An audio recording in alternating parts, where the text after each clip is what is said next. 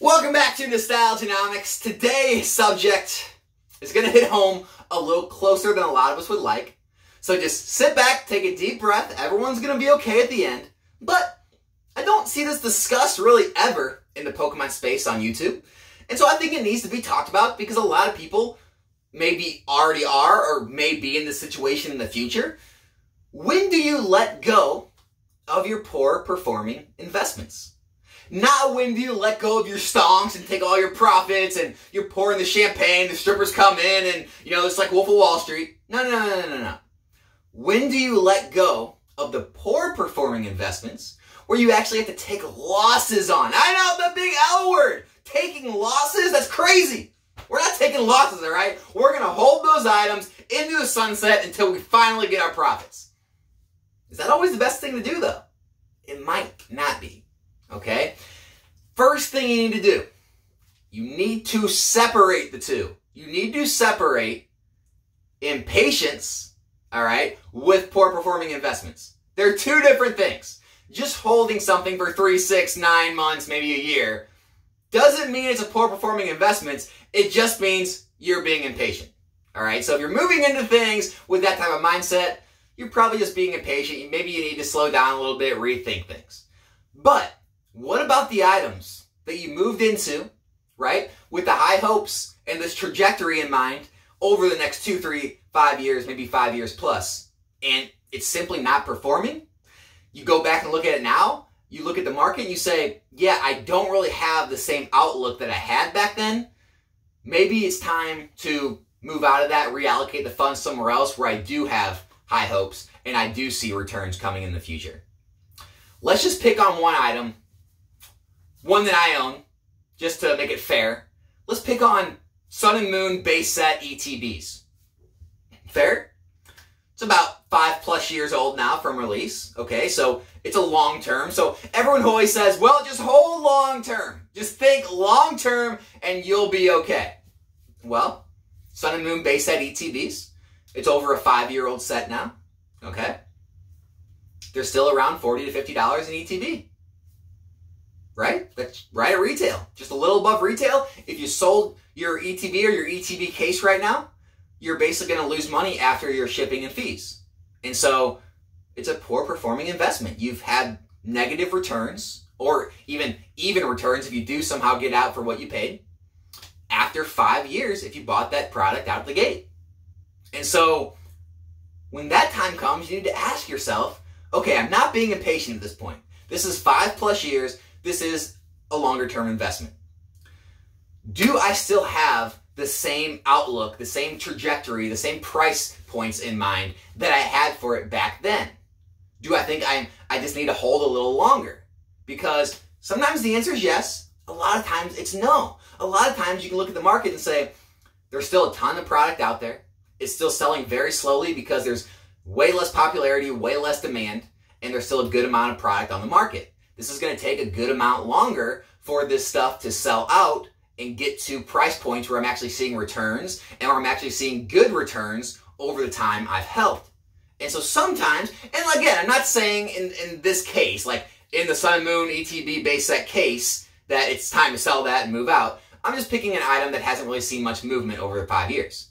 But sometimes it makes sense to, hey, maybe it is time to just sell it at market price, take my losses, or maybe break even if you're lucky, and move that money into something else that you do see a better track record in the future. And a lot of times that can work out extremely well, right? So a lot of times the opportunity cost that you're losing out on by holding your money, you're holding your resources in a poor performing product can actually lose you money because you're not putting those resources into things that could make you large amounts of money in the future. And so not being willing to kind of take the L now can actually make you have 5 more L's in the future by missed opportunities because the opportunity cost of having that money locked away in those products. Right? Now, hey, if you're all rich watching this video and you have enough to just buy everything and hold it all, disregard all this information. Just keep buying. Also, if this is for your collection, if it's a collection piece, right? That's a whole different story. It's not always about the dollars and cents, right? In my mind, if your collection piece is something you enjoy and at very least it's not going down in value, it's holding its value, maybe even keeping up with inflation, that sounds like a pretty good collection piece to me, right? It's pretty much doing what you want it to do. It's not going down like your cash value is, right? You're getting to own something you enjoy, and the price is pretty much keeping up with inflation or staying at what you paid for it, so you're not losing money. That's not bad. But when it comes to things you invested in, before I get into that, obviously, not an investment advisor, this is not investment advice, I'm just a guy in his closet talking about Pokemon cards. But when it's an investment, right, when you bought these boxes or these cases of boxes for the sole purpose of them appreciating in the future, and then you selling at those appreciated prices for a profit, and then maybe moving into other things to invest in and continuously making profits on your investments, then it's a whole different story. You need to do these types of kind of audits in your investments to decide, do I need to hold this longer? Have I given it enough time? Do I still see the same future for this item in the future? Or have my views changed, right? Have the market conditions changed? Have people's kind of the trends changed? Is the popularity and demand for that item not going to come back, and I don't see it being like that in the future? There's still way too much product, and I'd be better off putting my money somewhere else. I'm sure all of us can think of things, most of us, probably maybe not all of us, but I'm sure most of us can think of things in our collection or in our investment portfolio in Pokemon that we've held on to too long, to where if we would have just sold all those items at the release of, I don't know, the UPCs, and just thrown all that money into UPCs, how much better we would have done, right? Or if we would have thrown all that money into Evolving Skies or the Evolution VMAX collection boxes, or whatever other stonks out there, how much better would we have done, right? And I get it.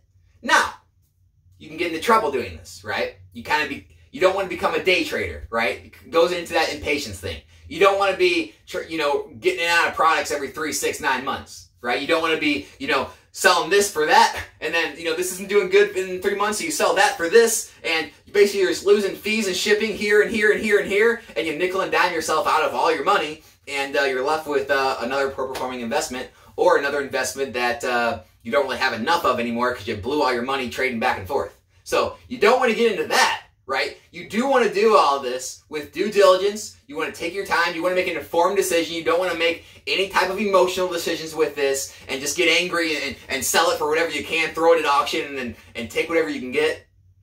Don't do anything out of that mindset of anger or frustration. You need to do all of it out of calculation and, true due diligence on what you see happening with that product in the market.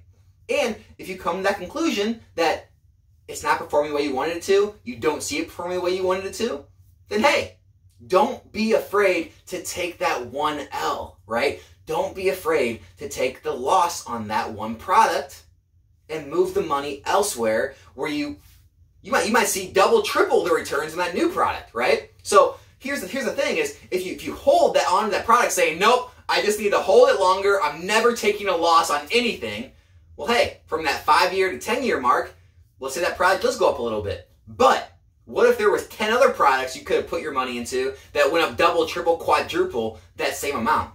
You still lost. Even though you made some money on that investment for over 10 years, finally, you still lost because you didn't take advantage of the opportunities that were out there because you were just too stubborn to take the loss on one product you got wrong.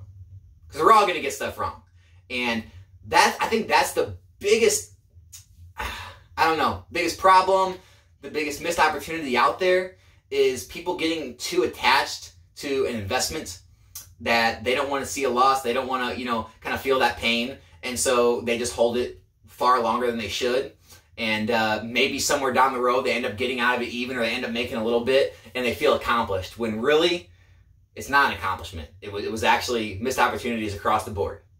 Now again, this isn't every item. There are items that don't move for 2, 3, 4 years that on the 5th or 6th or 7th, they, finally the supply runs out, the demand, catches up, and, maybe something, a YouTuber or something in the world hypes it, and it does skyrocket. That can happen, right? But you can't be worried about all these one-off events, right? All these black swan events.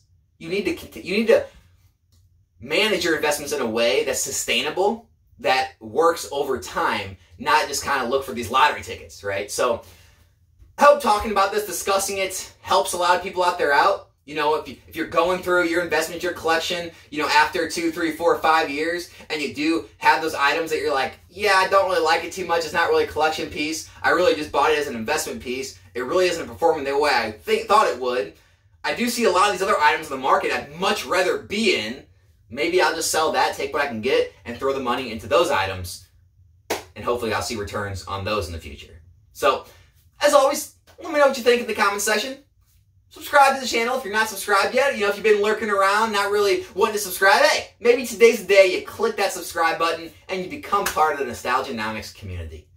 Other than that, hope everyone liked it. I'll be back here in a new video soon. Other than that, I'm out.